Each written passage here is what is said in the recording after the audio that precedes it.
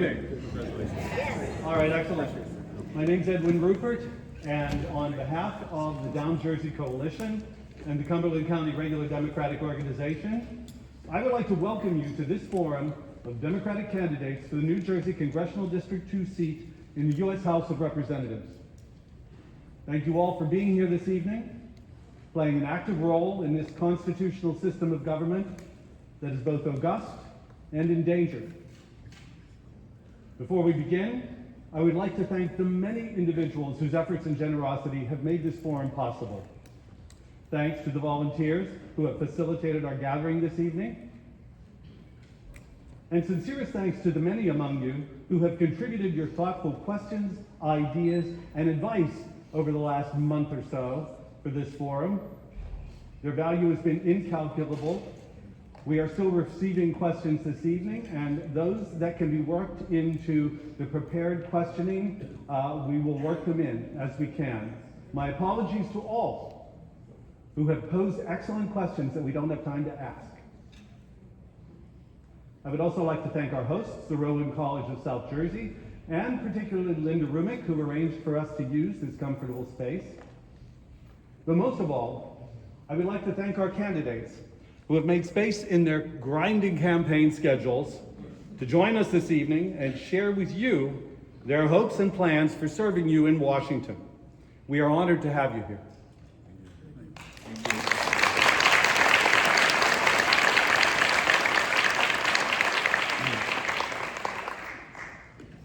You are seated here in order determined by chance, and will be called upon to introduce yourselves and to briefly respond to questions in turn.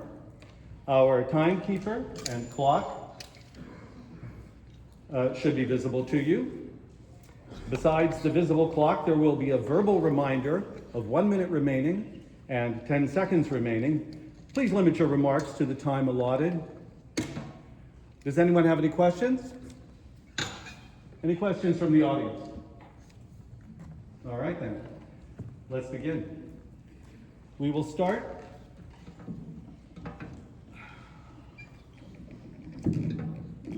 with candidates introducing themselves with 2-minute opening remarks. Mr. Finn, will you begin? Hi, thank you for coming out this evening. Thank you guys for having me. As mentioned, my name is Bill Finn. I am one of the first of my family to graduate from college. I am also the son of a retired 420 steamfitter who's sitting right here in the audience with us. My godfather is a retired 351 electrician. And I'm here running as a school teacher, single father, a coach, who's just tired of seeing the middle class feel the squeeze every day, day in, day out. And it's long before we can get this squeeze, long before the big beautiful bill. That just put the squeeze on steroids. You know, and now we're at war for God knows whatever reason. I said last week we'd spend over $3 billion. Now we're getting close to $6 billion. By the end of the month, we would have been able to supply free school lunch for all students, regardless of economic background. I'm here because I think we don't need more of the same. I know we really want a victory here. We want to beat Jeff. But we're going to beat Jeff with not another politician, somebody who's been in Washington. Last time I was in Washington was putting wreaths down at the National Cemetery with my son's scout troop. And that was when Carson Wentz was still an Eagle. It was part of my son's Christmas gift that year was we had tickets to go watch that team win the NFC East. So that's how long it's been since I've been in Washington. I don't think we're going to do it with a lawyer. We're going to do it with somebody who's just like one of you guys out here in the audience. Somebody who knows the struggle every day and who's been living it. I think it's time we had a voice from the people to represent the people. 10 seconds. Thank you. Thank you, Mr. Finn. Ms. Reese. Excellent. Good evening. Thank you all for having me here today. And I want to just start by recognizing that it is Women's History Month. And in Women's History Month, we are recognizing the accomplishments of women that are so often forgotten overlooked, sometimes stolen, or even copied. Their work was credited to others, their leadership minimized, and even today, women are still judged by standards men rarely face. And it is in that spirit that I am here before you tonight. My name is Terri Reese. I'm a lifelong resident of Atlantic County, and I'm a daughter of this district.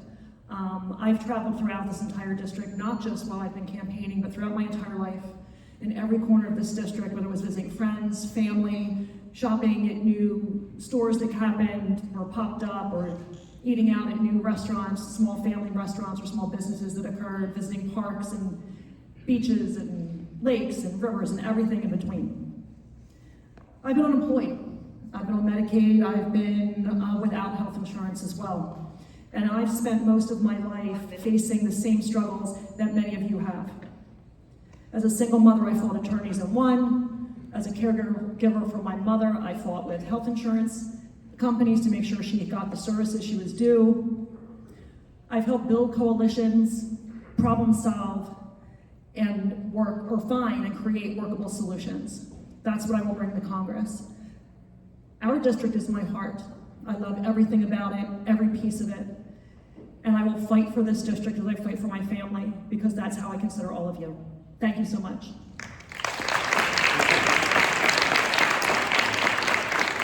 Thank you, Ms. Reese. Mr. Winder. Good evening. Thank you so much, everyone. My name is Bailey Winder.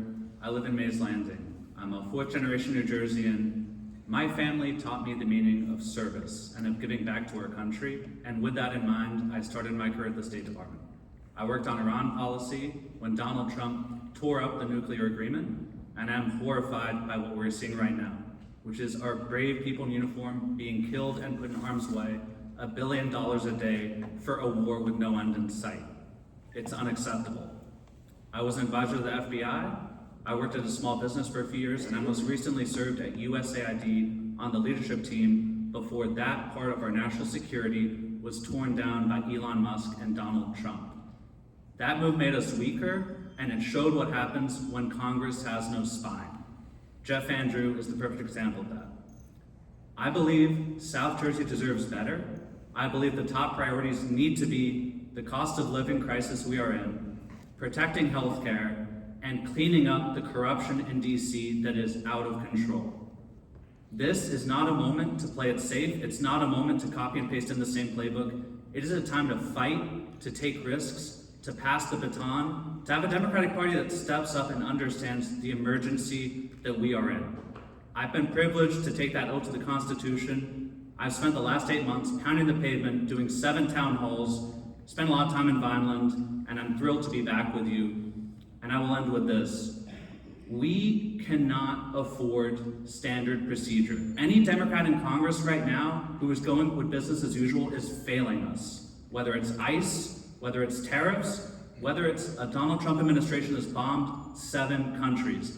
We need accountability, and we need someone who stands up for Cumberland County, because I'm sick and tired of a representative that does not even show or deliver for the district. Thank you.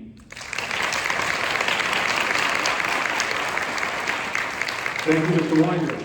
Mr. Alexander.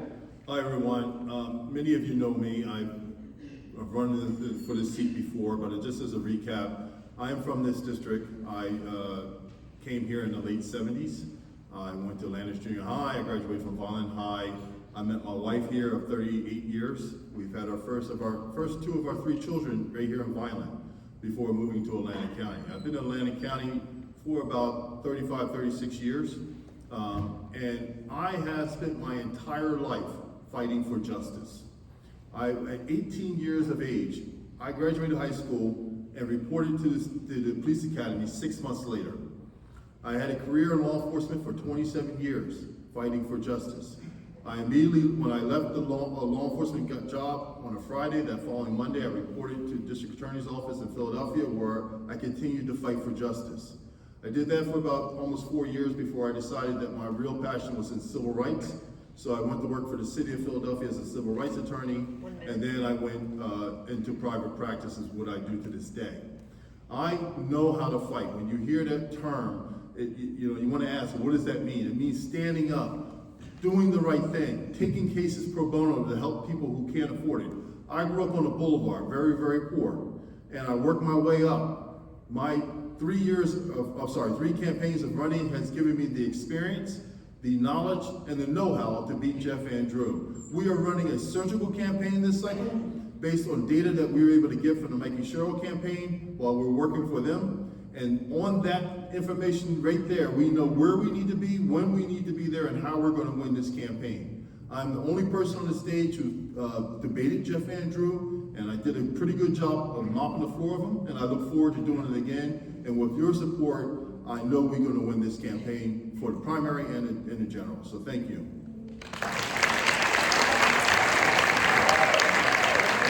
Thank you, Mr. Alexander. Mr. Mullock. Good afternoon, everyone. Good evening. Thank you for coming out on such a beautiful day. The first thing I want to say is I think one of the most important things, and it's a sad truth, but losers don't legislate. Everything you hear up here today, we will agree on 99% of the things, but none of it will get done if we don't beat Jeff Van Drew. My name is Zack Mullock. I am mayor of Cape May.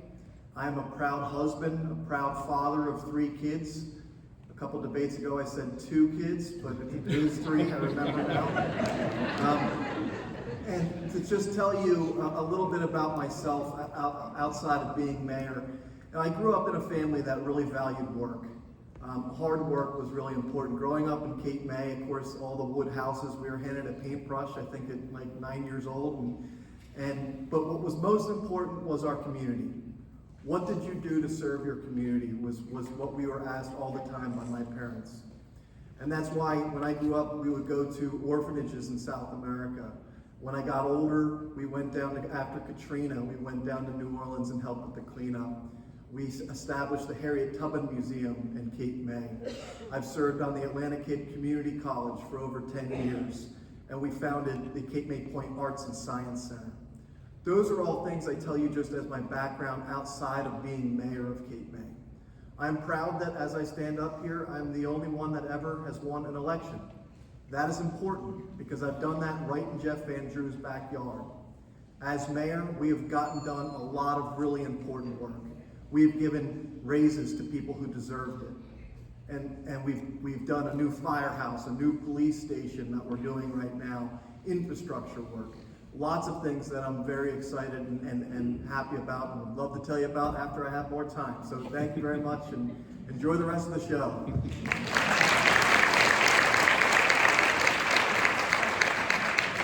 Thank you, Mr. Mullock.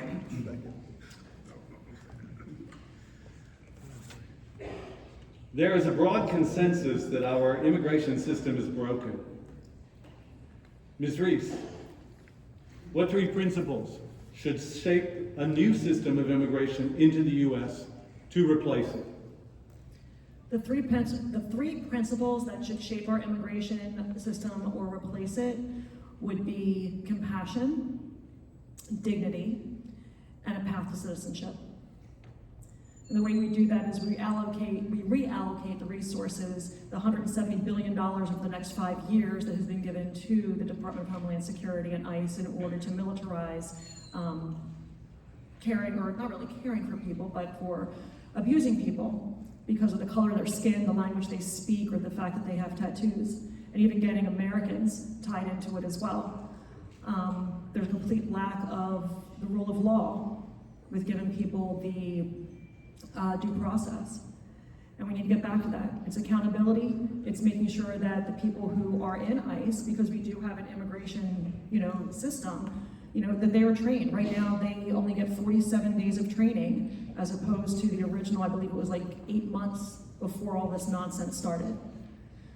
But these people are only looking for a better life for themselves and their families, much like our forefathers did as well. They're not here to grift. They're not here to abuse the system. If anything, they are the hardest working, some of the most law-abiding people that we have. And they deserve their chance, just as our forefathers did, to succeed and thrive and build a better life for themselves and their children. So as I said, compassion, humanity, dignity, and a path to citizenship. Thank you, Ms. Reese. Mr. Winder, what three principles should shape a new system of immigration into the U.S. in order to replace the current one? Accountability, transparency, and humanity. Our immigration system has been broken for a long time. That did not start with this administration, but what we are seeing now is a new extreme, and it's hitting our communities. I know here in Cumberland, in Atlantic County, across this district, ICE is out on the streets.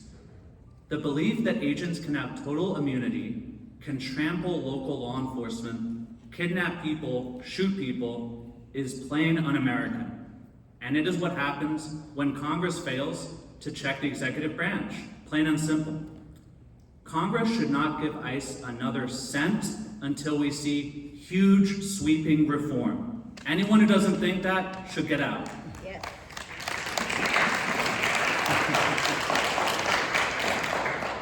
The solution to actually fixing this broken problem is by addressing the root causes. The money that's being spent in Minneapolis, in Bridgeton, that is not making us safer. Local law enforcement needs to be respected, trusted, and invested in, and the problems at the border need to be taken care of. With better technology, with judges to adjudicate cases, with a process that is humane. I worked on humanitarian issues all across the world. We have a humanitarian issue right here at home. We have detention centers being bought by the government across New Jersey to house human lives with zero accountability, to protect what Stephen Miller calls our culture. It's un-American, and Jeff Andrew has been nothing but a coward on this issue. Folks are not going to church, work, school. They are afraid to leave their house. People are walking around with their U.S. passport. This cannot go on. It cannot be the same old story. The time for reform is now, but it has to be deep and fundamental. It cannot be surface level. Thank you, Mr. Winder. Mr. Alexander, what three principles should shape a new system of immigration into the U.S. to replace the broken one? First and foremost, we abolish ICE. Plain and simple. They have a larger budget than the United States Marine Corps. So we'll put agents back on the border where they belong, and this activity that we see going on, I will not call them law enforcement because they're not. What they're doing on the streets is plain and simple. It's terrorism. With respect to the second thing, we must have an obtainable pathway to citizenship. Something that people can work towards and know that it's impossible to meet the criteria in order to become a citizen of the United States when they're here working for decades in some cases, never having to run in with the law and doing what any of us would ordinarily do, go to work and take care of their families. Lastly, there has to be accountability, but let me tell you what it looks like. Every single one, from the top of HHS to the boots on the ground, must be investigated and prosecuted where appropriate. I am a former prosecutor, a former actual law enforcement officer, and what these people are doing is a crime. I'm also a victim, a survivor of police brutality, police violence if you want to call it that. And I'm one of the lucky ones because although I was clearly innocent, I made it out. I made it on the other side of that horrific process. So I know the agony and the pain that they're going through when they're just innocent people trying to live their lives. That's why there has to be prosecutions. When I get into Congress, the first request I'm going to ask of the new speaker is form a select committee and let me be a part of it so we can investigate HHS from the top to the bottom. Thank you, Mr. Alexander. Mr. Mullock, Thank you. what three principles should shape a new system of immigration into the U.S. to replace the broken one that we currently have? Thank you. Compassion, respect, and dignity. And you know what? We can do that because we've done it before. You know, there's a conservative hero, Ronald Reagan, and in his final address, he described a shining city on a hill, made up of immigrants. That is what made America great. Those were his words. How far we have fallen off that shining hill. The fact that now in Minnesota, you have our Constitution being trampled, you have people ignoring judicial orders, trampling on states' rights. You know, the mayor in Minnesota there was put in such an absolutely difficult situation, and so were all of the federal agents. And they were put in that position by the leadership, and it was terrible. And, you know, their police chief talked about how their officers have arrested over 900 people involving guns without any violence. Barack Obama had over 3 million people deported, but it was done with dignity and respect.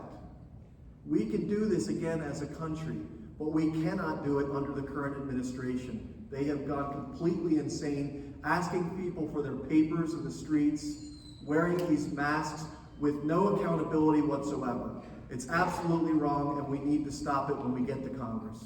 Thank you. Thank you, Mr. Mullock. Mr. Finn, what 3 principles should shape a new system of immigration to the U.S. to replace the broken one that currently exists? Thank you. I would say compassion, just plain old common sense, and accountability. And what I mean first by compassion is the DREAM Act. Why? I mean, that's something that we should get through Congress, is an act that allows kids of illegal immigrants who have done nothing wrong other than be brought here. And who wouldn't want to come here? Who in the crowd here wouldn't want to take your son or daughter and bring them over to a better place, and then want them to have an opportunity to go to college?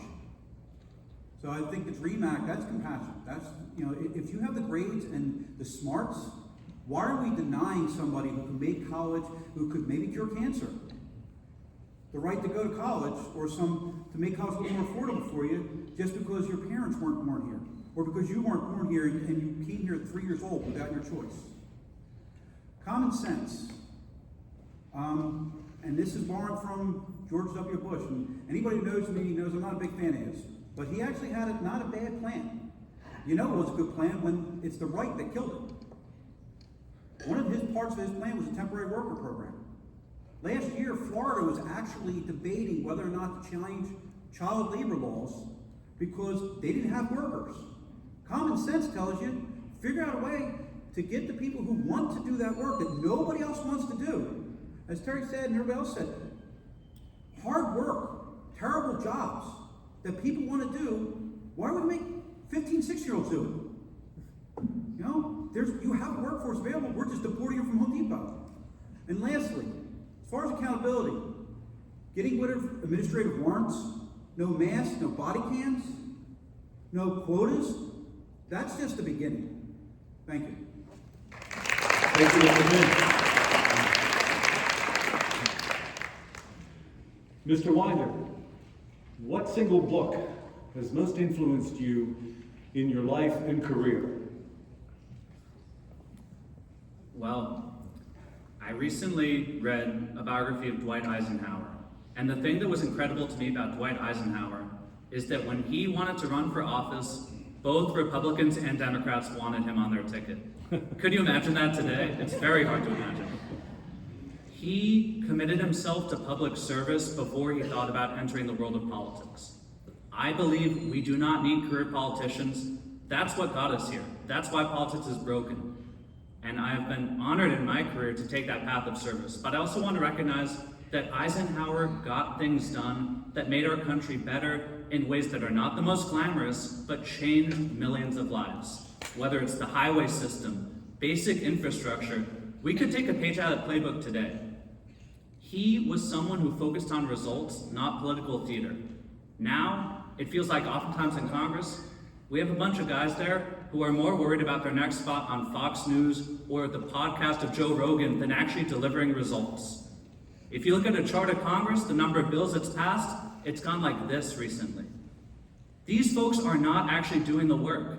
They get the pay, they get the health care, they get the pension. They don't do the work. Working families do the work. But I would say that he is an inspiration, and we need to look back to that mode of America which got things done, which was not about political theater and rhetoric and sticking to your party no matter what, which was about coming together and finding solutions that worked for the American people. Thank you. Thank you, Mr. Winder. Mr. Alexander, what single book has most influenced you in your life and career? So as time goes on, new books come out. And so I have to say that most recently that really had an impact on me is Just Mercy by Brian Stevenson. The parallels to my own life and the protagonists of the story are pretty remarkable. I didn't spend years in prison. I didn't go to jail at all. But the idea that I went from being a law enforcement candidate to now a indicted or would be indicted if they had their way. Person who didn't do anything other than sat in his car and had the unfortunate luck of having a car similar to the person they were actually looking for.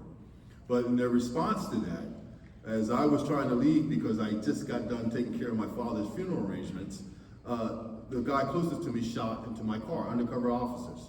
And I'm thinking I'm getting carjacked, so I throw my keys in and I give up. And they decide they want to take me too. They did a pretty good number on me, and they threw me in the back of this old beat up Nova, and I'm thinking I'm getting kidnapped. But the bottom line is, they end up charging me, even though they admitted that they made a mistake on identity, they charged me with 3 counts of aggravated assault. So I got a lawyer, and I charged them with 3 counts of, or 3 acts of assault and attempted murder. And the bottom line was that everything was no bill in grand jury, but my grandfather, who was with me, right by my side the entire time, despite the fact that he just lost his son, he said to me, if you want to make change, get inside and make change from within. Go back to the academy, become a police officer, and do the work. And that's exactly what I did. And when I read that book, I saw that opportunity that could have been robbed of me because bottom line is I was one of the lucky ones. Thank you, Mr. Alexander. Mr. Mullock, what single book has most influenced you in your life and career? For me, it's the Bible. And I quickly say that I believe very strongly in this separation of church and state.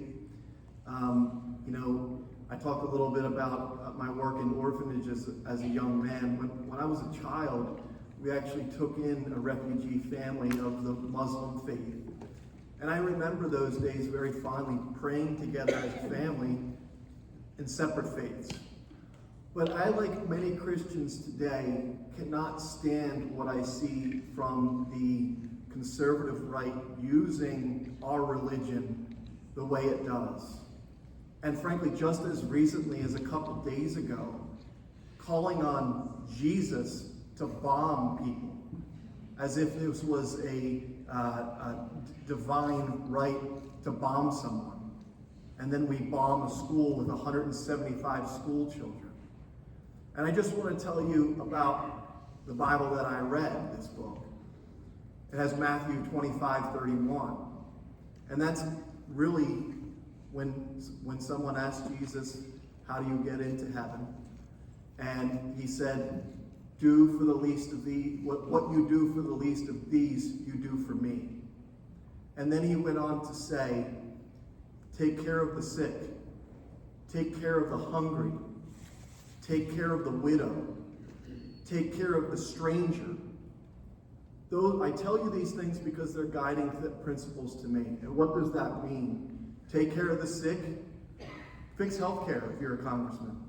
Take care of the hungry, make sure kids have school lunch. Take care of the stranger, treat immigrants with respect. Thank you.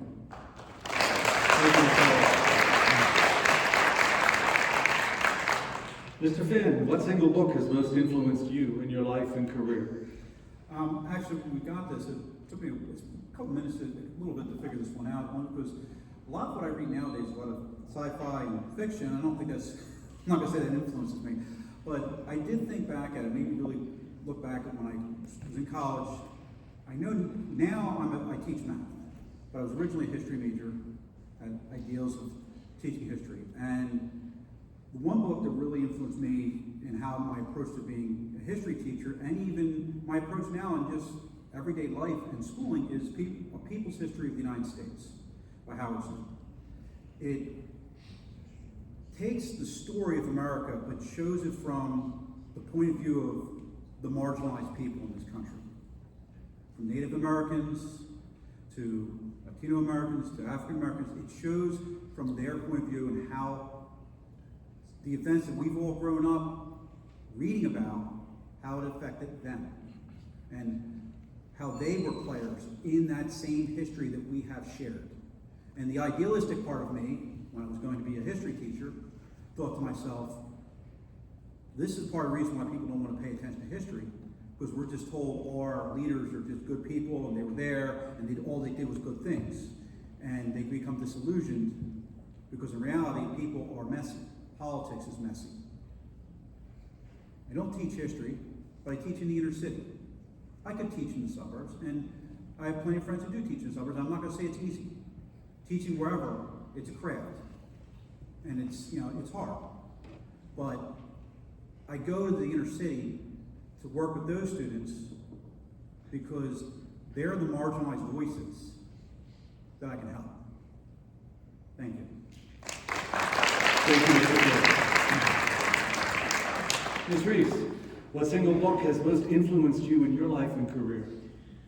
I actually have two, and as Bill alluded to, we did get all of the, many of these questions ahead of time. So I actually wrote down, because I gave it a lot of thought, and it's not something I read recently. Both are books that I read in the past, but I live by their values every day. The first one is The Four Agreements by Don Miguel Ruiz, and the second one is The Gifts of Imperfection by Brené Brown. Both books, I think, really resonate because a lot of the ideas that they put forth and the things they talk about are things that are missing greatly in our lives today. Authenticity, accountability, and the courage to be honest about who we are, recognizing our own faults, our own strengths, our own, where we can be better. The Four Agreements teaches 4 principles. Be impeccable with your word. Don't take things personally. Don't make assumptions, and always do your best. And if we as a culture, as a world, more people live by those values, I think that our global and political climate wouldn't be as bad as it is today. With Gifts of Imperfection, it reinforces the importance of leading with vulnerability and courage. I know that I struggle with vulnerability a lot because I've always had to be the strongest one in the room, the leader, the caregiver, the person who fought for everybody else. But it also talks about how real leadership comes from being willing to show up authentically, admit what we don't know. It's one of the things I learned at Apple is that when people would come and ask us, a question, that the response was, I don't know, but I'll find out for you. And I use that all the time today. But also to stay grounded in your values even when it's difficult. And that's something as well that is missing today in our leadership. So leadership too isn't pretending to be perfect. It isn't about pretending to know all of the answers, but it's showing up with integrity, being authentic, as I said, humility, and a genuine commitment to doing the work. And that's what I'll bring to Congress. Thank you, Ms. Reese.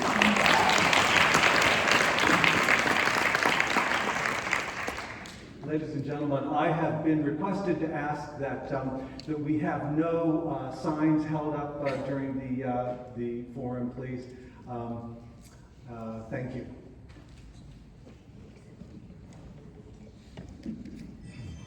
All right.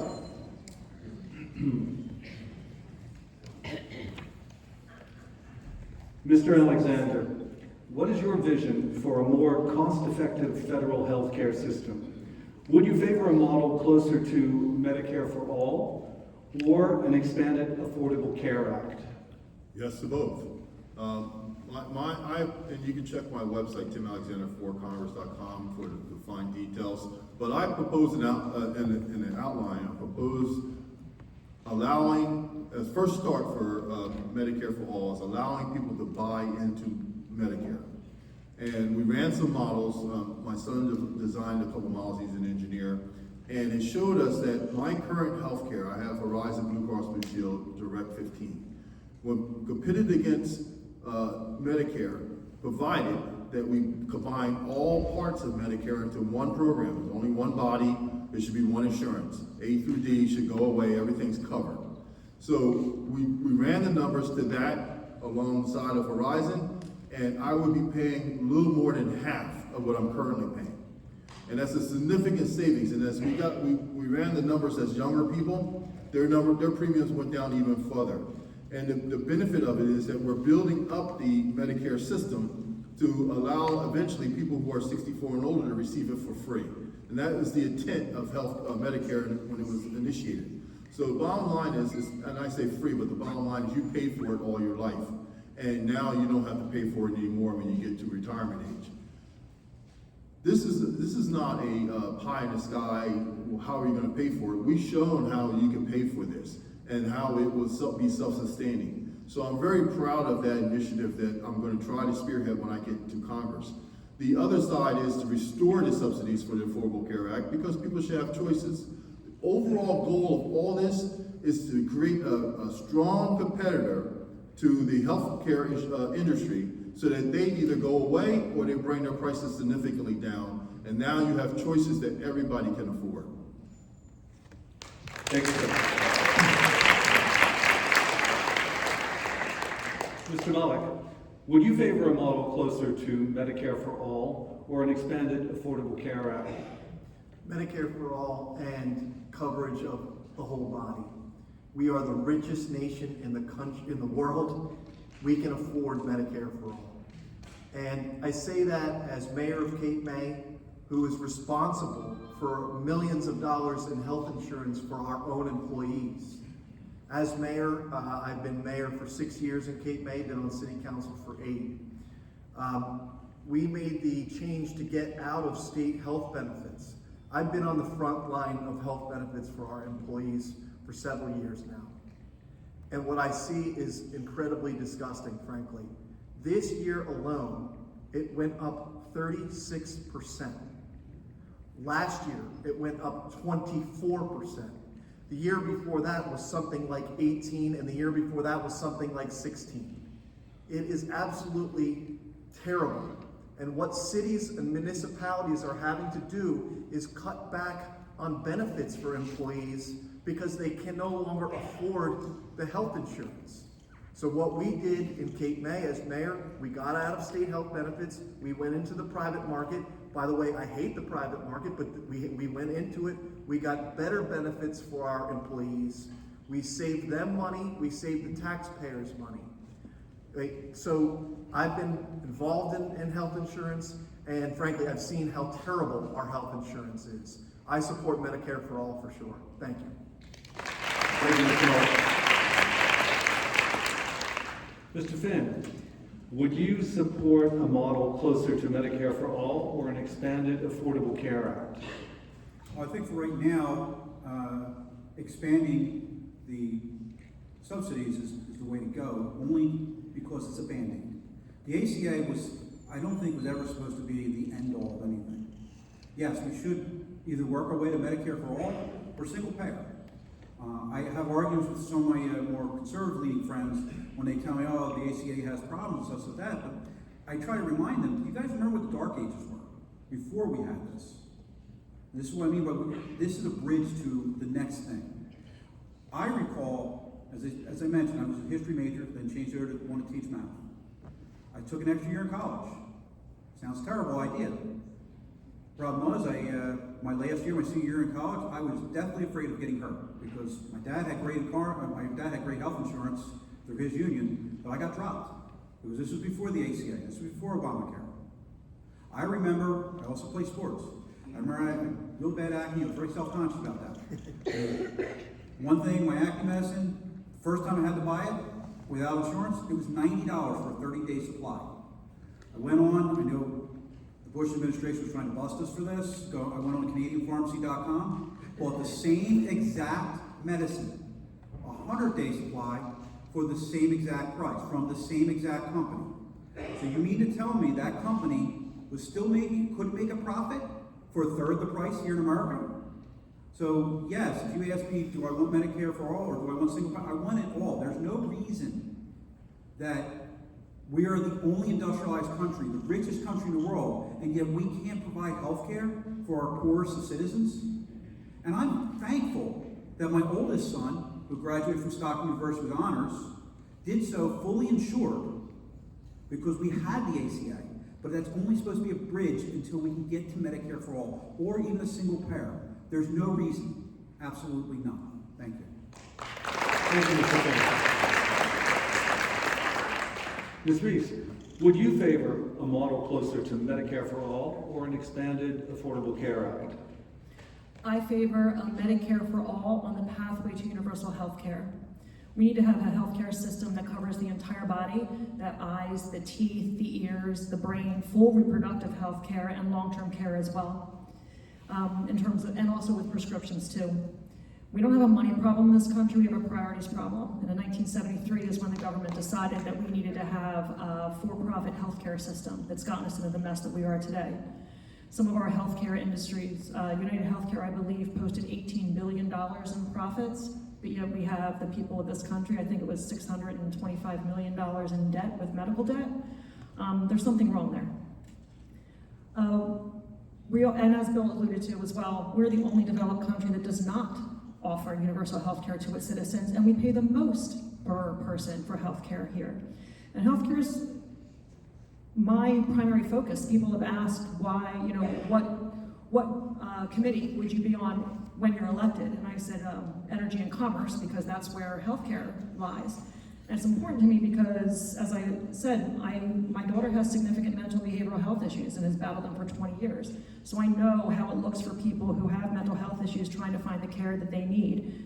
And as a caregiver for my mom, while she battled dementia for 5 years, getting health care into the home because she didn't qualify for Medicaid to go into a long-term care facility, not that I would ever put her there, but she made $200 more in Social Security a month than what would have qualified her for Medicaid. But thankfully we sucked it up and we got it done, and she was able to, pass peacefully at home surrounded by people and things that she loved, without pain, with a great care system, but I had to fight for everything that we got. Thank you. Thank you very much. Mr. Winder, would you favor a model closer to Medicare for All or an expanded Affordable Care Act? Well, in the long term, we should absolutely build towards a path to universal coverage. The most urgent issue right now is undoing the damage of the last year, which is $1 trillion cut to Medicaid so billionaires can get tax breaks. I think a beautiful bill would do the opposite. Tax billionaires more to fully fund Medicaid. What's just happened with premiums skyrocketing through the roof? Jeff Andrew voted for that, along with many others. This can be done when you have folks in Congress who understand who they serve and use their leverage. But we need to think about healthcare in a comprehensive way. Rural clinics here in NJ2 are going to close down. Maternal health is being taken for granted and given nowhere near the funding it deserves. We're looking at a system right now where one person failing to get coverage impacts all of us. So I don't want anyone to say that Medicaid cuts don't affect them. They affect everyone. They affect the entire hospital system. Another thing I think is that we need drug negotiations to actually put communities over corporations. Remember a few years ago when the insulin price got taken down because the Biden administration fought for that? Why don't we have that attitude with every single drug? Well, part of the problem is you have folks in Congress who are lining their pockets with donations from big pharma. If you do that, who do you work for? Who do you represent? Who is your allegiance to? So the corruption that we're seeing in DC, it plays a huge role in why healthcare is failing us. But just like immigration, this is a broken system. So you need to get to the root causes of that. You can't just make tiny little incremental changes. We need to start by making sure that the tax credits are protected and funded, and that Medicaid is reinstated to its full potential.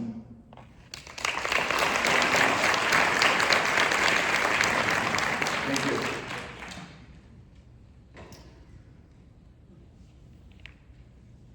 If the fall general election were to result in a Democratic majority, Mr. Mullock, what do you believe should be the top 3 legislative priorities for Congress?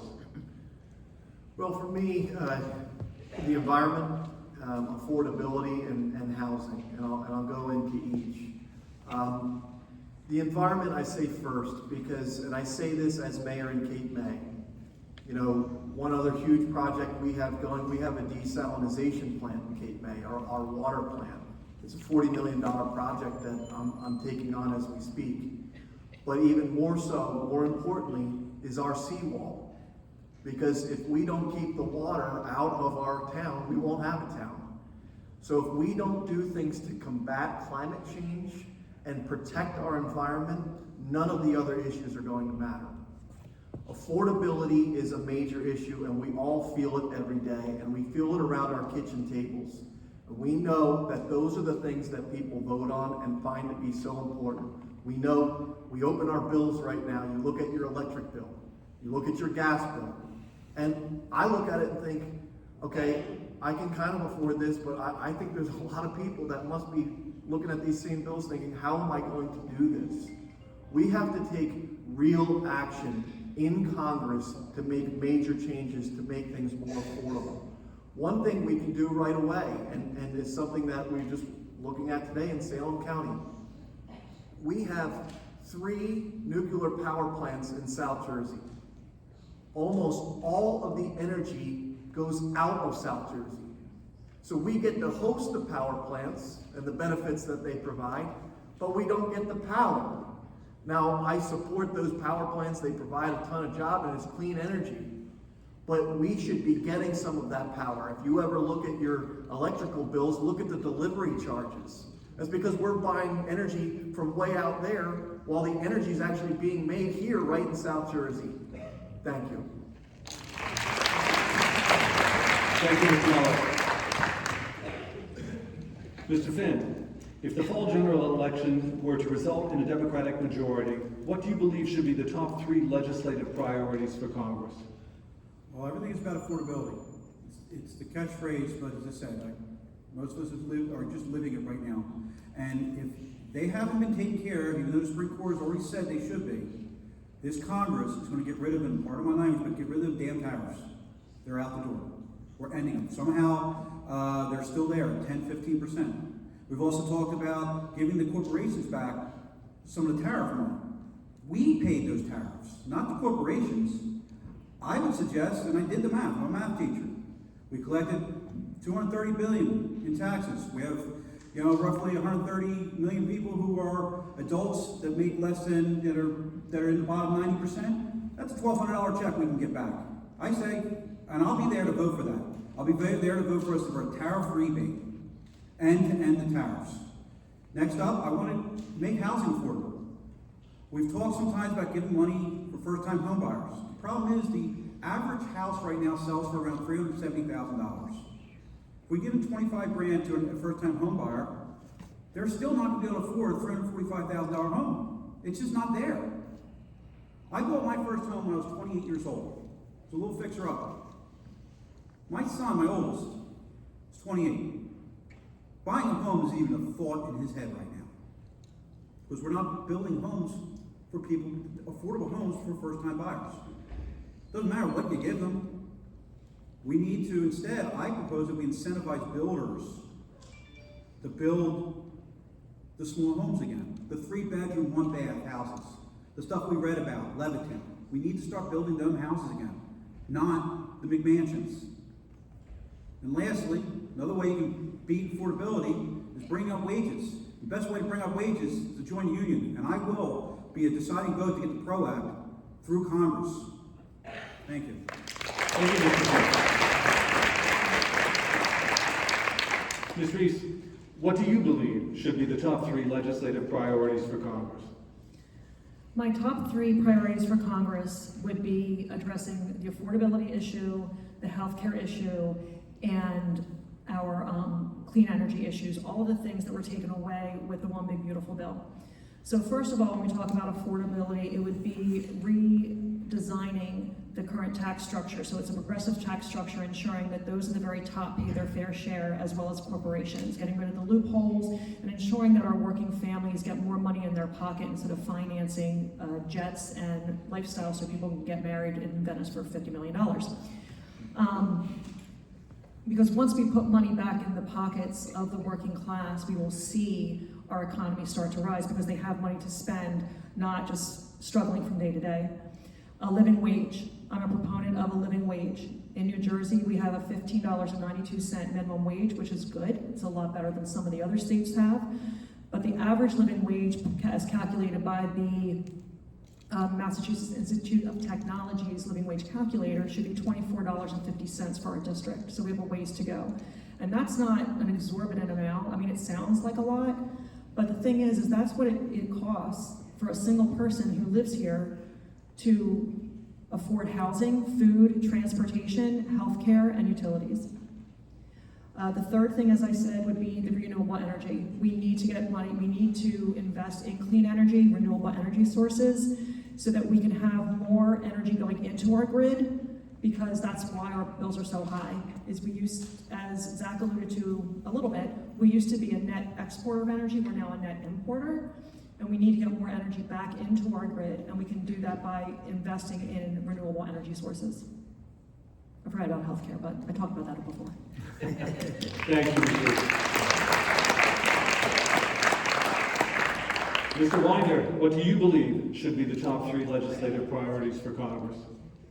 Number 1, bring the power of tariffs back to Congress where it belongs. It is being abused day in and day out. We are paying the price. 95% of the cost of tariffs falls on us. It is a tax on working families.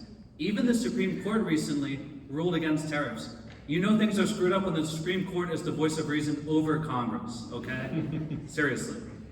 Number 2, the War Powers Act needs to be strengthened. This administration in this term has bombed 7 countries so far. We are seeing members of our military die. Congress is not being consulted, and they are not given the powers that they deserve based on separation of equal branches of government. We need to get back to that, because Donald Trump and Pete Hegseth waking up in the morning and thinking about which country they want to attack next, that is not foreign policy, that is not national security. Number 3, a bill to end Citizens United.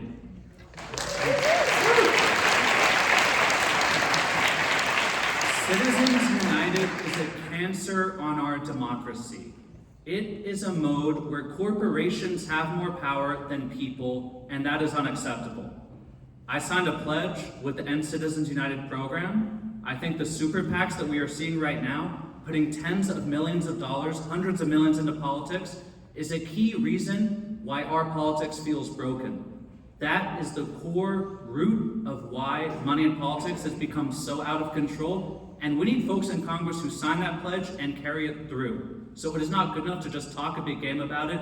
We need a commitment. I have already confirmed that commitment, and I will carry it out in the halls of Congress on day 1.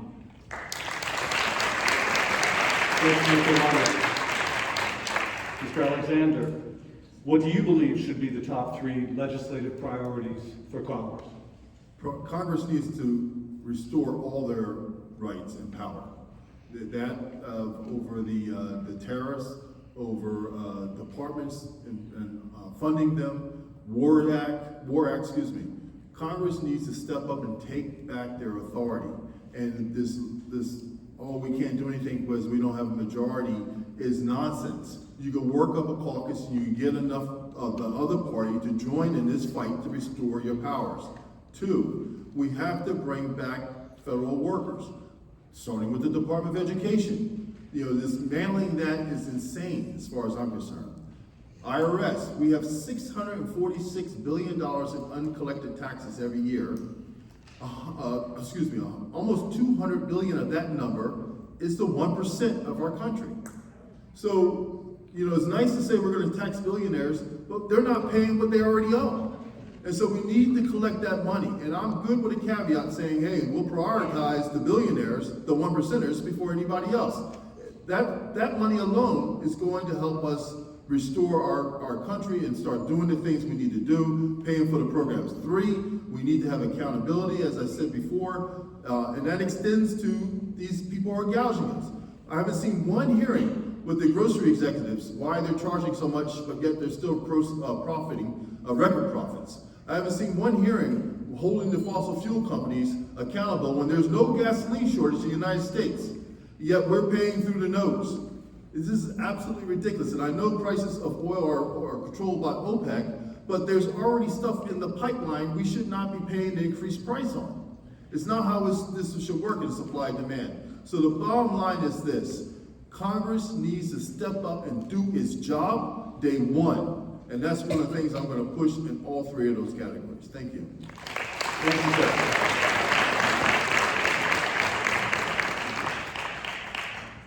right, Mr. Finn, what do you believe are the most essential elements to include in comprehensive gun reform legislation? Well, there's any number of things that need to be there. And I say this, I'm not a gun owner. I have already too many expensive hobbies, and I just playing sports and having kids that like to be in extracurricular activities. And to be a responsible gun owner, I believe you need a safe and a number of other things to make sure, everyone's safe. But that doesn't mean, my father's a hunter, he used to be, he doesn't get up in the morning anymore. I have plenty of friends who are gun owners, and it doesn't mean we can't have just common sense things like universal background checks. I don't know why that is such a taboo issue for some. Waiting periods. Waiting periods are there because it prevents violence, plain and simple. Most violence is a violence of passion, unfortunately. A lot of suicides are prevented by simply having a waiting period. So yes, I believe in keeping waiting periods in place. Some politicians want to get rid of them. Ban bump stocks, ban assault rifles. Gun deaths went down. I graduated right after Columbine. Gun deaths went down after the assault rifles banned. Then they shot up when Congress let it lapse. It doesn't take a genius to see the correlation there. Red flag laws. I don't know how many times we have a shooting that's somebody who is mentally ill or mentally unstable. Again, that's common sense. I mean, as a school teacher and as a parent, I don't know why we wouldn't want to do things to prevent children from dying. Thank you. Have a good day. Thank you, Mr. Finn. Ms. Reese, what do you believe are the most essential elements to include in comprehensive gun legislation? So here in New Jersey, we have some of the strongest gun laws in the country. Strict licensing requirements, red flag laws, as Bill had said. Courts can temporarily remove firearms from individuals who pose a credible danger. I'm for the universal background checks, the safe storage laws. I would even go into having gun owners be insured by the insurance companies. But also training, having people, we have to take driver's ed classes. We should have people who want to purchase guns have firearms lessons and classes as well, and training with proper licensing. But the thing that gets me about gun reform is something that people don't talk about, and that is the underlying causes of crime, which are poverty, lack of education, homelessness, and mental health care, economic development. So we need to address those social issues as well, not just the physical issues of owning a gun and having one. Thank you very much. Mr. Winder, what do you believe are the most essential elements to include in comprehensive gun reform legislation? There are common sense measures that the vast majority of Americans and South Jerseyans agree on that Congress are failing to enact.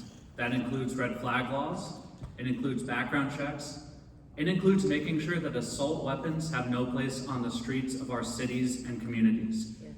We are unique in the world in the statistics we have, with shootings at schools, at places of worship, across the board. That is for a reason. So let's acknowledge that, first of all. Let's look at the data and let's make choices. I spoke last month with David Hogg. He created an entire movement out of the devastating shooting in Parkland, but that shooting was not unique. We see these stories year after year. I also agree that mental health is a big part of this. We need to invest in mental health resources because nothing exists in a silo when it comes to violence, especially with access to guns. But there has to be counseling. There have to be resources for folks so that they're not driven to that point. And part of that is making sure that our approach to healthcare is comprehensive. But just like many other issues, Congress is out of touch when it comes to this from the reality of people's lives. And that is why we need more of a connection We need town halls. We need representatives who listen and show up. Because in the DC steakhouses, you don't hear about how gun violence affects the people back home. Thank you. Thank you, Mr. Mullock. Mr. Alexander, what do you believe are the most essential elements to include in comprehensive gun reform legislation? I think it's important to recognize that, people like myself and my wife, we own guns. We own them legally and responsibly. New Jersey does have the most comprehensive gun laws in the country. Plain full stop. As a law enforcement officer, no one can argue with that. But what makes our laws so good, in addition to the red flag laws and the waiting periods, is our definitions of assault weapons. We have the most expansive definition of what qualifies as an assault weapon to keep it off the street. And we have to change the argument. A lot of times people will say, oh, well, only criminals violate the gun laws. Well, that's like saying only speeders violate our speeding laws, and so we shouldn't have speed limits. It's absolutely ridiculous. What we need to recognize is that criminals, the vast majority of the guns that land in criminals' hands come from law-abiding people. Burglaries, robberies, whatever it may be, they steal the guns and then they go and commit crimes. So there is the source. And if we want to really cut back on gun violence and illegal gun ownership, we have to make it more restrictive for those who obtain these guns legally by putting in laws like we have in New Jersey. And I believe that that's going to put a real unified system across the country that would keep us safer and keep more guns out of the hands of criminals. Thank you. Thank you, Mr. Mr. Mullock, what do you believe are the most essential elements to include in comprehensive gun reform legislation? I think most of it's been said, but background checks, training, red flag laws, limiting ammunition, all these things we do in New Jersey. And I gotta tell you, most gun owners appreciate them. And statistics prove that they work. So I think what we do in New Jersey is a very good example for the rest of the country. And I just gotta say, the hardest thing I ever had to do as mayor was meet with the parents of a 16-year-old lifeguard who died on the beach. And I cannot imagine being a congressperson having to meet with the parents of children dying in a school shooting. We have to do everything we possibly can to make things safer for this country in their gun laws. Thank you. Thank you, Mr. Mullock. The rapid expansion of AI data centers is impacting electric rates and the environment. Ms. Reese, how should the federal government regulate these facilities to protect local communities? Thank you for that question. It's not only at the federal level, but it's also at as we know here in Vineland, the local and the state level as well. There needs to be a moratorium on stopping these AI data centers being built until there are robust community impact studies done, health impact studies done, environmental impact studies done. What we are seeing right now is an influx of AI data centers, multi-million, billion-dollar companies that are coming into communities that are often underserved, that are often looking for ways to get investment in their communities. And the elected officials there are one of three things. And I talked about this when I spoke in front of the city council meeting, is that either the city council members don't know what's going on with these companies coming in, extracting resources from the communities, or they do know, but they don't, they're so desperate that they say okay, or they do know and are completely confident in what the data centers are going to do and they really don't care. So we need to make sure that our communities are protected first, our people are protected first, our environment is protected first, our health is protected first, and all of those studies are done before the first shovel goes into the ground and anything is built. Because right now what we're seeing here in Vineland is that they keep pushing more and more things in front of the town council or the city council who aren't doing anything, they're just rubber stamping things, putting it on the consent agenda, to just let it go. Because months and months ago, it just went by the wayside, hidden by everything. It needs to have community input, it needs to have state input, it needs to have all of the plans visible to the community by the companies who are putting it in. And I say no to them because I don't think we need them. Thank you, Ms. Reese.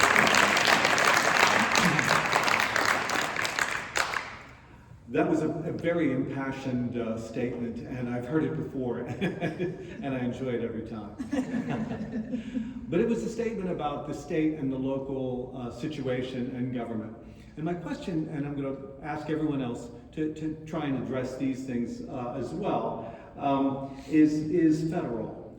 As a U.S. representative, of course, you don't have the power to do all the things that are not being done by the state but should be.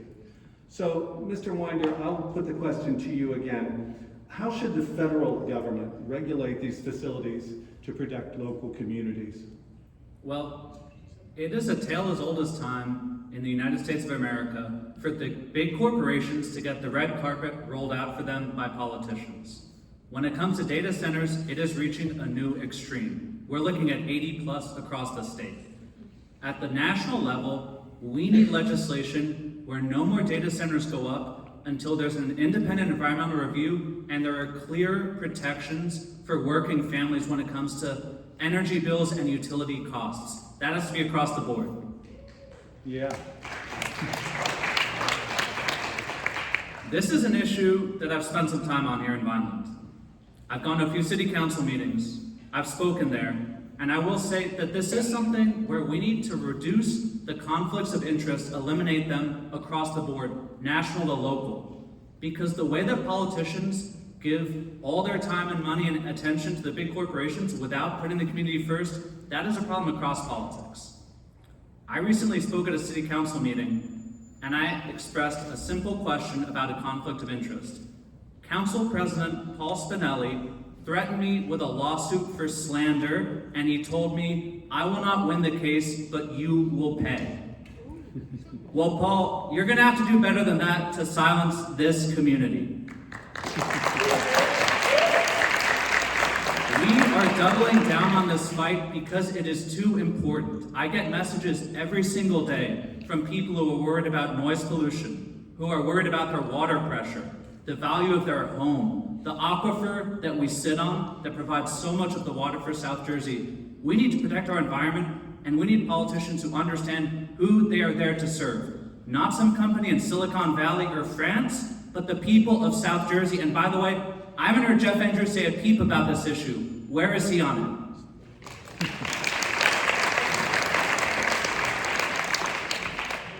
Thank you, Mr. Winder. Mr. Alexander, how should the federal government regulate these facilities to protect local communities? And thank you, and I want to thank you for the clarification, because the reality is that the states and local governments they do have independence to do what they deem is good. But we see that that's not being done properly. Congress has the power of the purse strings. Many of these AI centers receive federal subsidies. That we could attach conditions, a comprehensive independent impact study for the environment. A certain amount of the energy used has to be clean energy, renewable energy that they produce. So if you want to put up a 200 million square foot facility and you have gas burning generators the size of cruise ships, no. If you want federal dollars, I want to see wind turbines. I want to see solar panels, and you're producing a percentage of the energy you're using. That's what Congress can do. We control the money. And if you want these things, you want our tax dollars, this is what you're going to have to do. And that's how a Congress member should step up and do the right thing. As my colleague to my right said, Jeff hasn't done a single thing. I have also appeared before the Vineland Council, and I've talked to them about suspending their activities so they could get an environmental impact study from an independent agency. I got nowhere with it. After the meeting, I met with several of the council members. I met them that night, and I met them later on. Hey, why don't you do this? It's going to go a long way with the citizens in the town, but you're also going to find out what actually is going to happen with this data center next to a golf course pulling from the same aquifer. I mean, I got a good idea, But let's do an actual data study to show that it's going to be very, very harmful in the long run. The noise is going to be very, very harmful. And no new energy going back in the grid as a result of this is extremely harmful. Thank you. Thank you,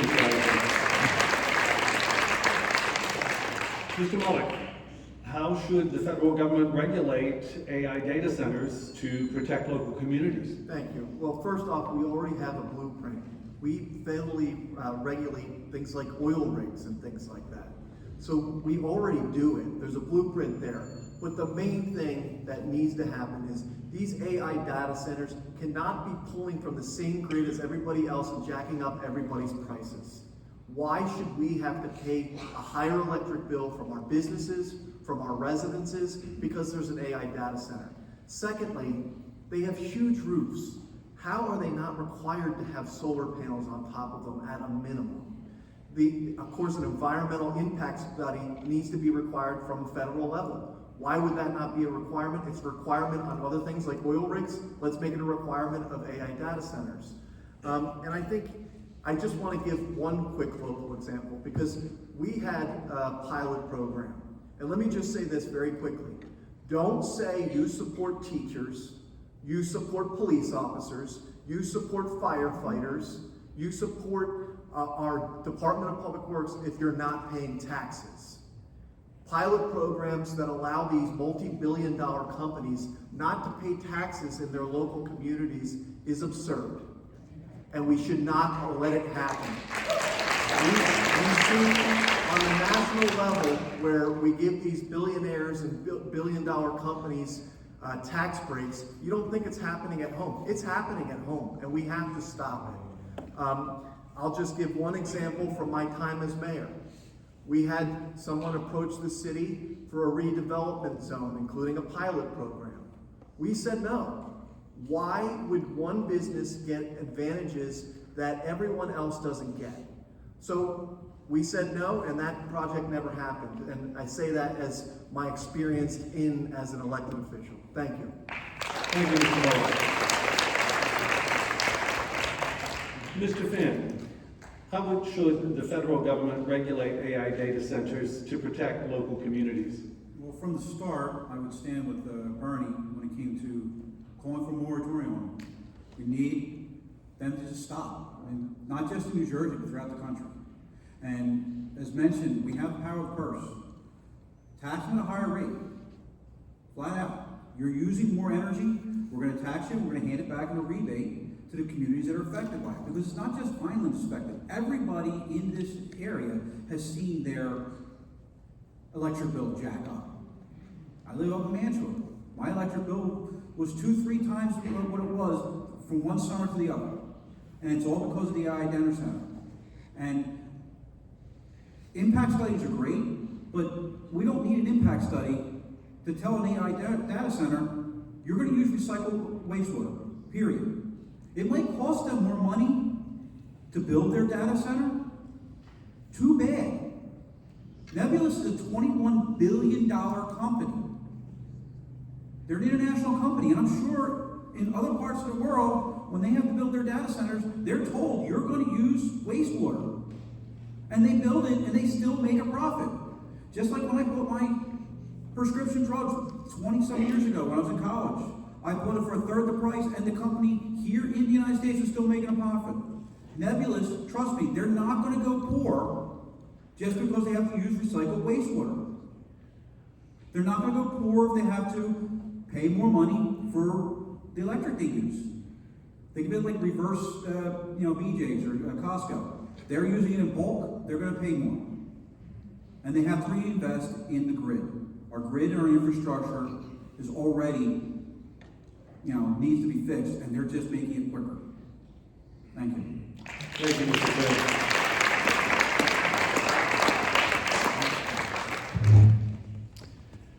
The most desirable outcome of the CD-2 election in November is replacing Jeff Van Drew.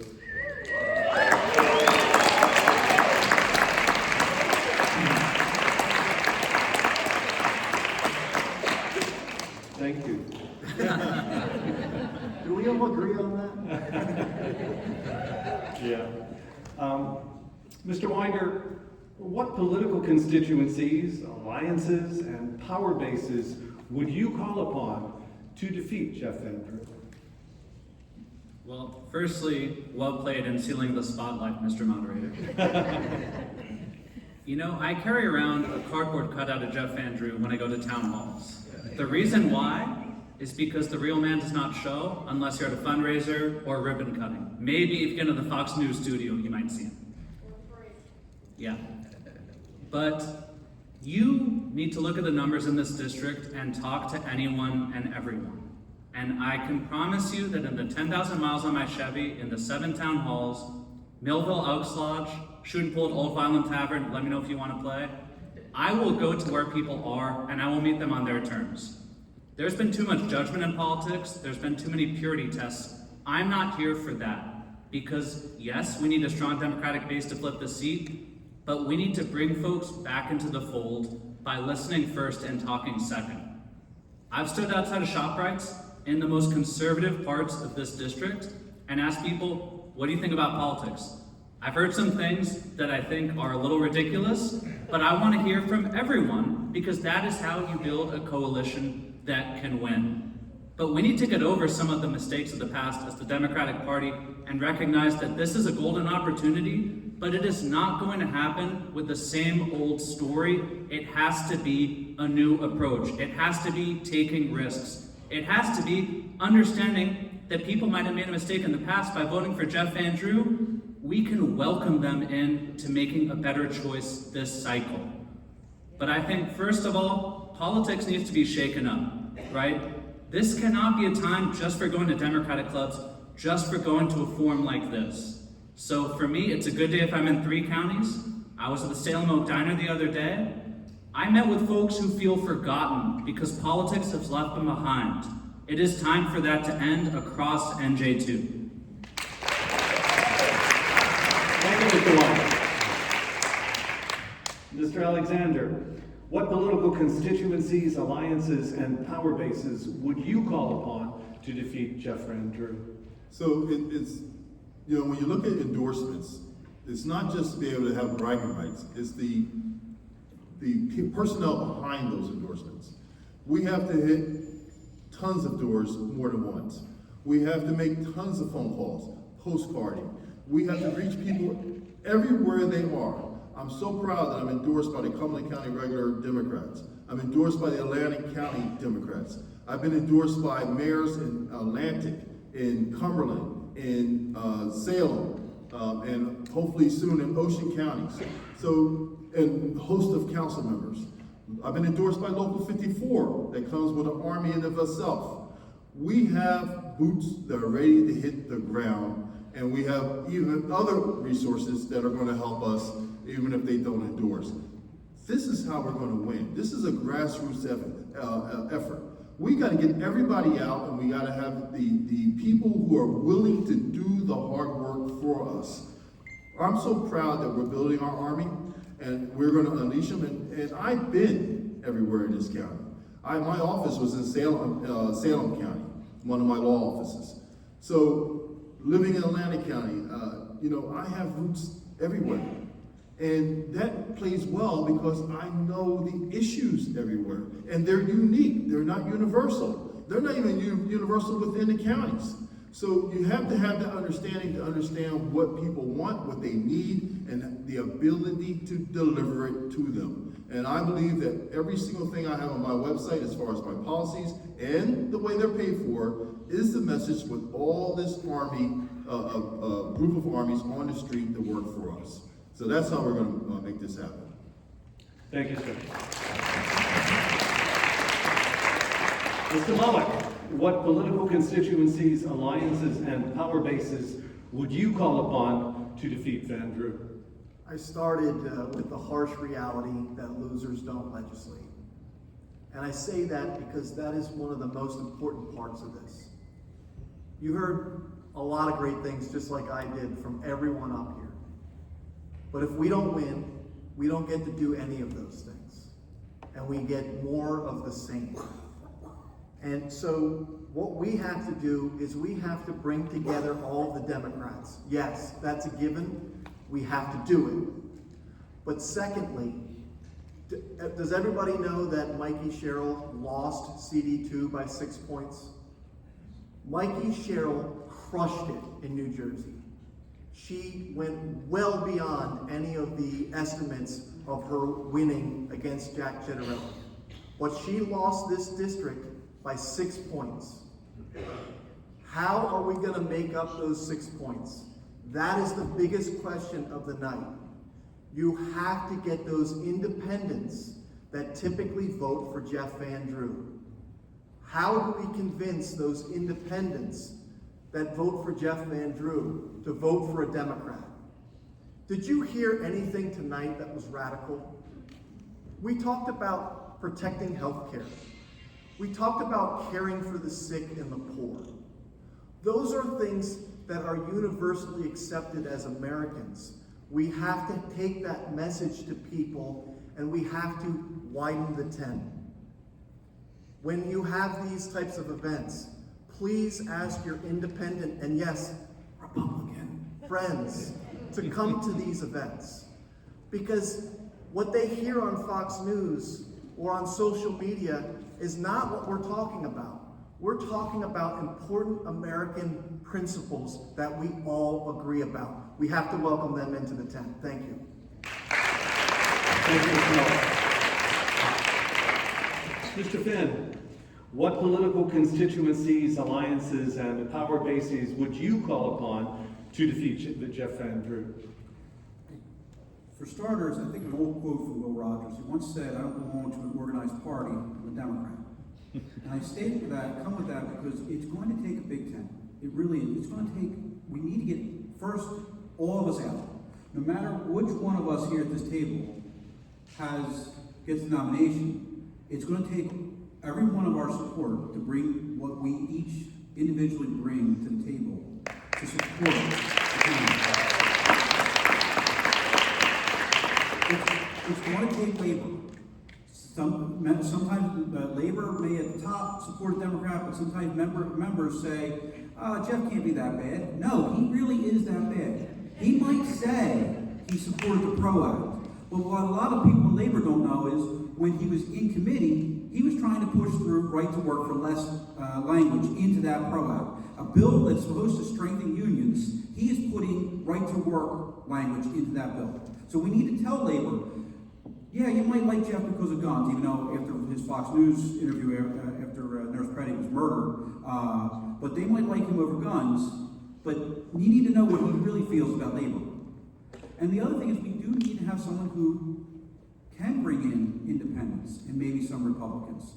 And I bring this up because I kind of live in two different circles sometimes. I have a lot of friends who are Republicans, and I remember when I was reaching out trying to start getting petition signatures, which if anybody likes what they've been hearing today, please sign my petition later.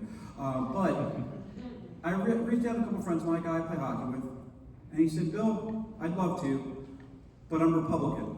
Not a Trump Republican, as he put it. I would support you definitely in the general because you're a regular guy.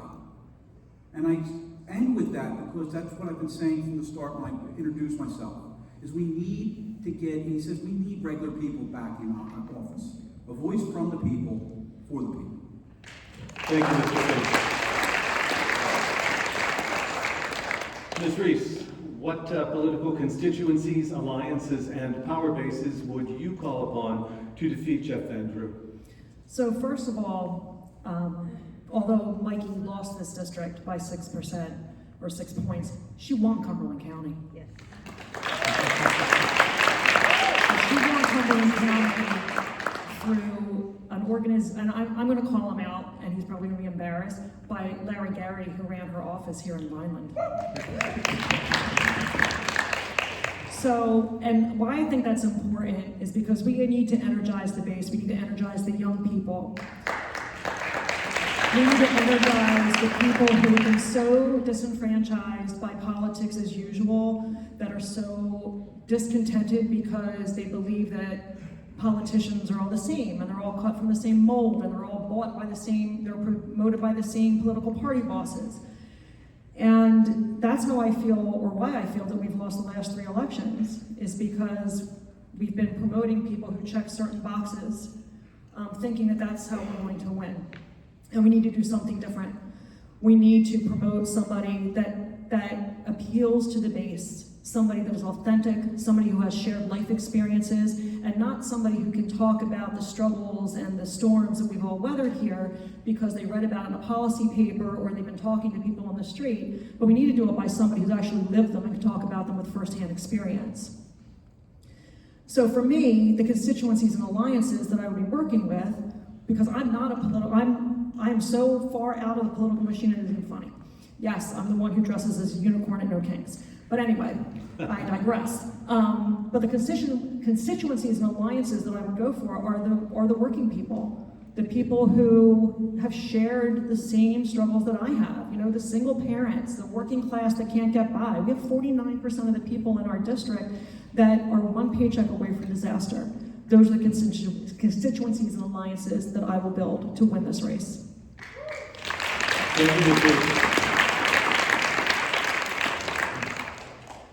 So the next will be a 2-minute question again.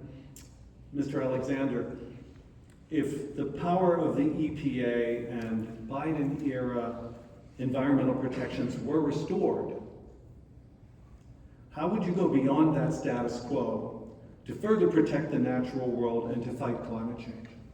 So we have to realize that nothing's stagnant. And although we will restore something that was developed years in the past, we have to look at what's affecting us today in addition to those things, such as these data centers, making sure that we have a meaningful impact study. With regard to electric vehicles, we did pretty good under the Biden administration with moving electric vehicles forward. But now we have this issue with the grid, and it's costing us tons of costs for electricity and gas to our houses with these so-called delivery fees. Why is that? Well, one of the reasons is that they claim the grid is failing. But yet, these same companies like Exxon is posting record profits. So part of our environmental push is to make sure that the electric and gas companies are investing in the grid. We should not be doing that. It's like, to me, it's an equivalent of telling the pizza delivery guy you'll tune up his car if he brings you your pizza. It's absolutely ridiculous. So we have to make sure that we are looking forward with our environmental changes and the impact that we, along with other countries, have to our world. And the way we do that is looking at new data that we would have to commission and develop. We have so many departments to restore in the federal government that we don't even have anything to work with. And it has to be current so that we stay current in our effort to fix it. And I'm going to use my last few seconds to tell you, I omit one of the most important endorsements I have is Indivisible, Empathy United over in Atlantic County. I don't want to get murdered by them when I get home. So, thank you. Thank you. Thank you, Mr. Alexander. Mr. Mullock, how would you go beyond the Biden-era status quo to further protect the natural world and fight climate change? So I began by talking about how important the environment is. I'm a father of 3, and as a mayor, I think about climate change constantly. New Jersey is sinking, the sea level is rising, and yet we have politicians who call it fake news. Bury our head in the sands and do nothing about it. So mainly we have to focus on energy and how carbon is increasing the temperature of our, what was it, 82 degrees today? Mm-hmm. And when it snowed a couple days before, I mean, if that's not climate change, we're experiencing it now. We had, Cape May was closed basically due to wildfires last summer.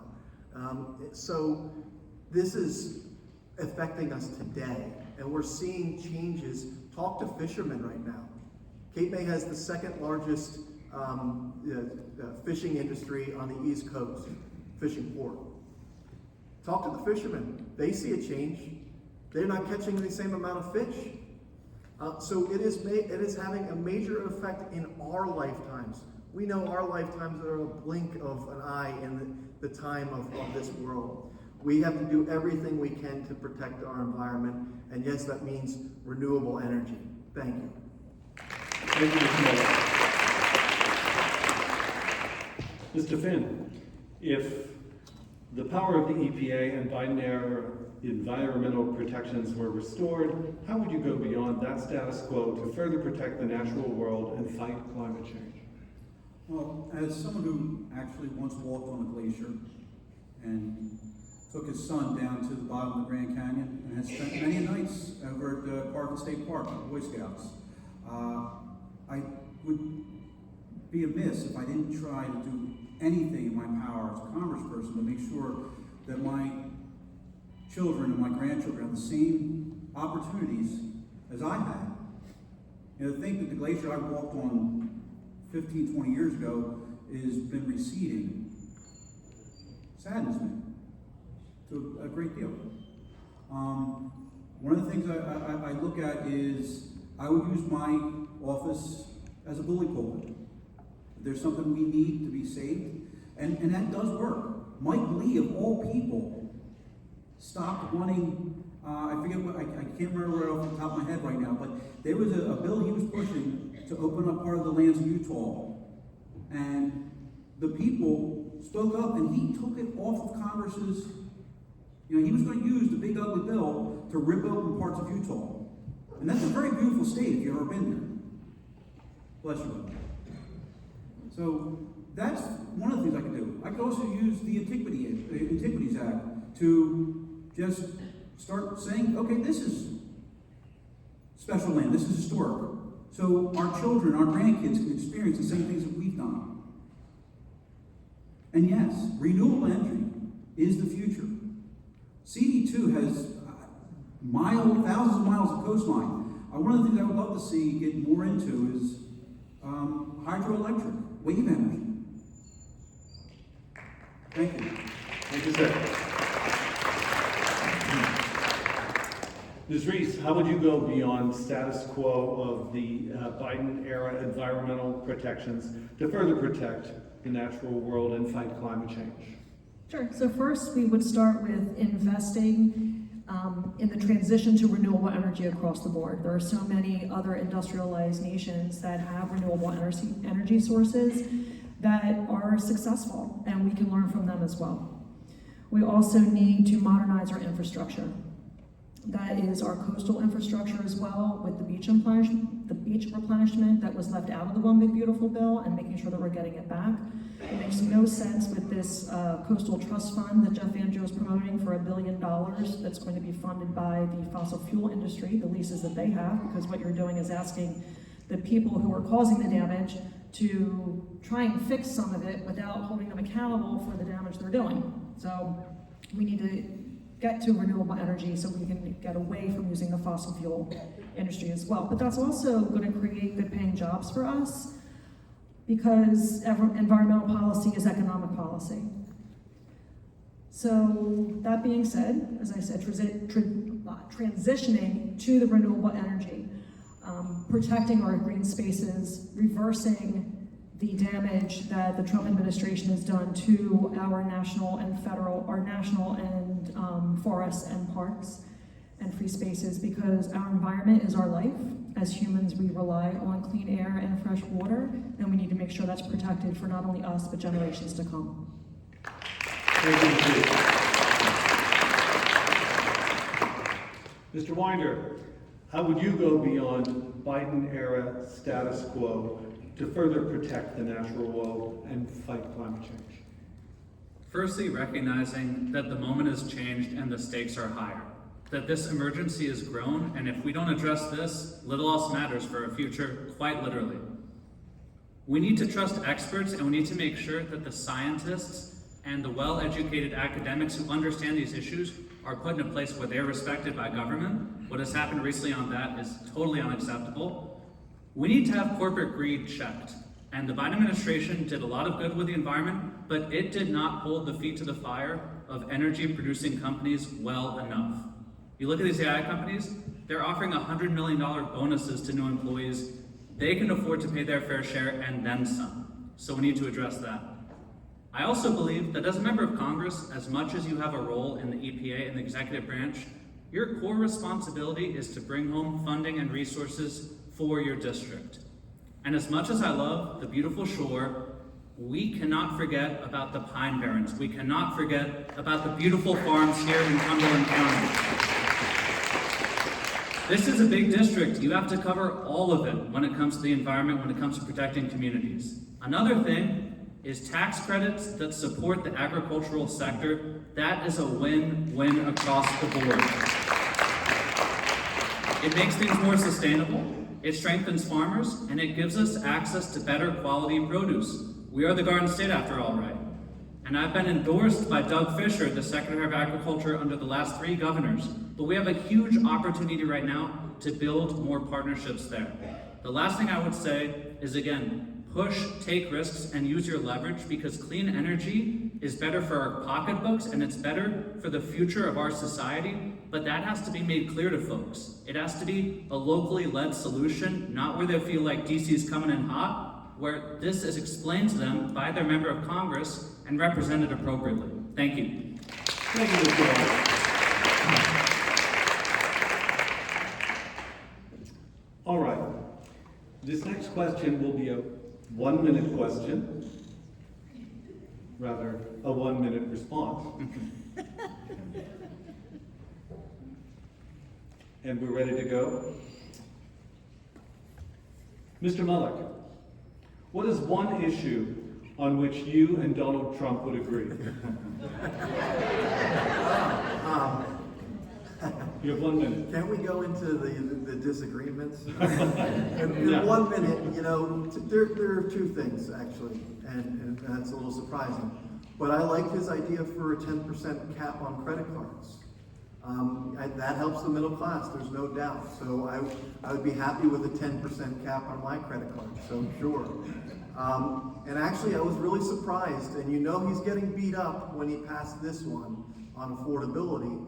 And that was in regards to housing.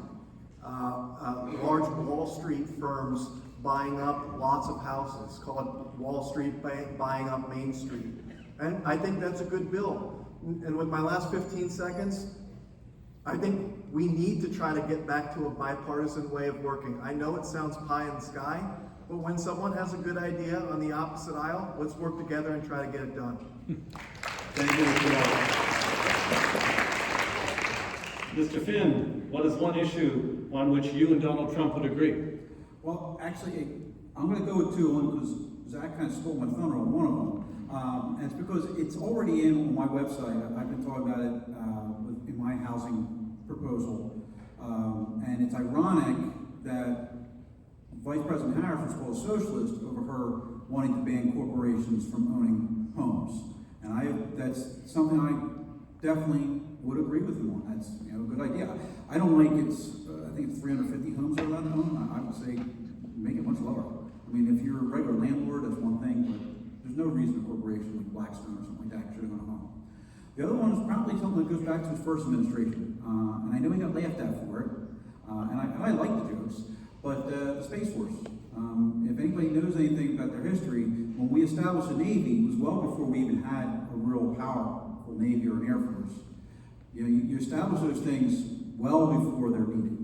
I don't know who was his whisperer at that time, because he's not a very forward-thinking person. Thank you. Thank you, Mr. Finn.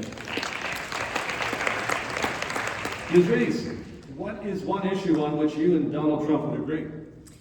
The one issue would be, he mentioned it at his State of the Union, and he kind of stole it from Elizabeth Warren, is banning the trading of stock by congresspeople and senators. And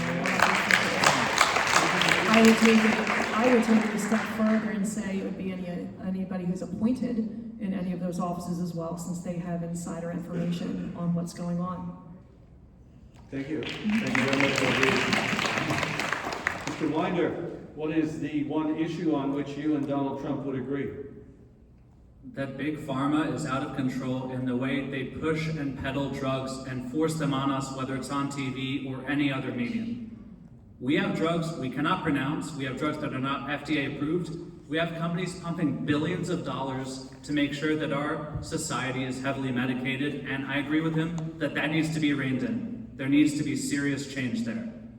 Another thing I would say, hear me out on this, Trump recognized that politics has failed working families. Trump does not stand for working families. He has not addressed the issues, but he tapped into something that is very real, which is that politics has been broken and people have felt disconnected from it. He seized on that. It's time to use that to actually get back to the real business of fighting for folks across our community. But there is a lesson to learn there. People are sick of politicians. They want something else. Let's give it to them. That's what I represent. Thank you,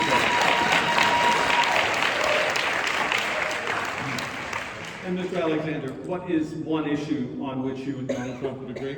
There's one that there's no daylight between me and Donald Trump, and that is smart people don't like him.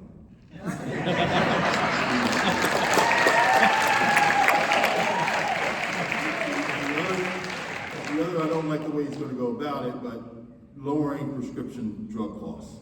That is out of control. And if Donald Trump comes through and somehow doesn't profit from that, then personally, then that would be a good thing. But I certainly would be behind anything that would help us lower the cost of prescriptions, make them more affordable, and so that people don't have to pick between groceries and their medicine that they need every month. Thank you. Thank you, sir. All right. It's time for our timer to relax because the next question will not be. Should just be Did a I short- skip someone? No, no, Zach's harder. Yeah, Zach's Yeah, harder. he took my corporation. sorry about Thank you. So this last question will be a yes/no It question. should just be a show of hands. I'd rather give you the chance to say yes or no. Okay. As a U.S. representative, and we'll start with you, Mr. Finn. As a U.S. representative, would you support the investigation and prosecution of crimes committed by members of the Trump administration? I'm honored to say absolutely yes. Ms. Reese, Absolutely yes. Mr. Winder, Yes. Mr. Alexander, Yes, and I want to be on a team that does it. Mr. Mullock. Yes. All right. Well, thank you very much. I'd like a long round of applause for these folks.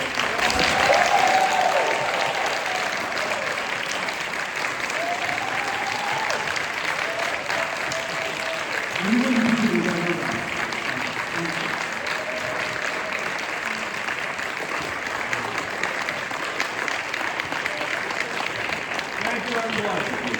It's the end of our program. I want to thank again all who made this forum possible, especially our candidates. Most special thanks, though, goes to you as our audience. Thank you for caring enough to be here. This is what democracy looks like. Uncle Sam needs you. Big shout out to No King Celebration on Saturday, March 28th from 11 to 1. Carl's Corner in Bridgeton. Be there. Good night.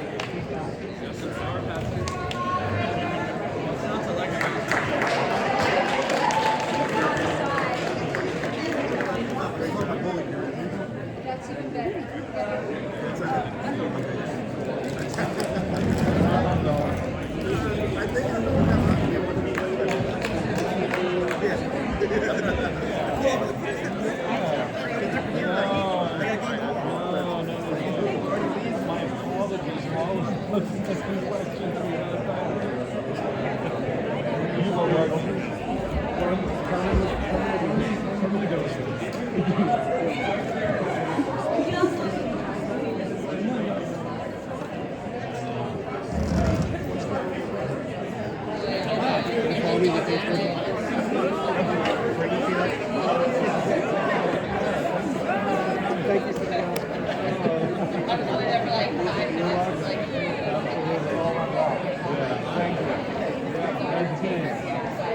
Oh, he did start.